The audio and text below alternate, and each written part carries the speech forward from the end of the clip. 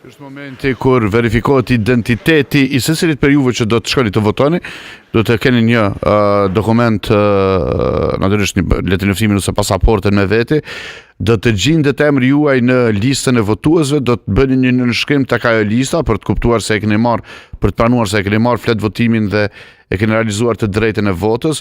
Ky është momenti kur flet votimi do të marrë vulën edhe do t'ju jepet, natyrisht në të njëjtën kohë ju do të merrni një shenjë në gishtin tuaj të djathtë për të dëshmuar, është marker i cili nuk fshihet lehtë për të bërë edhe me shenjë se keni votuar.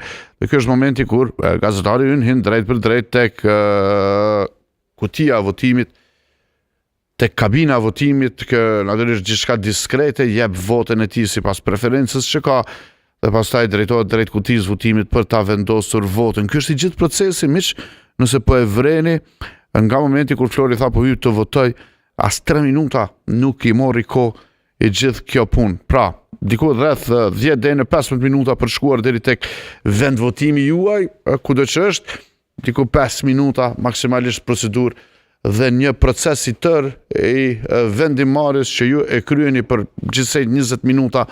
Natyrisht shumë të rëndësishme, shumë i rëndësishëm fakt procesi. Ftoj të gjithë juve që të dilni të votoni sa më shumë. Ishte momenti, kjo është e gjithë procedura që e kanë ndjekur Flori. Kthehem, merrem pak me daljen, me që jam duke inkurajuar dalje më të madhe.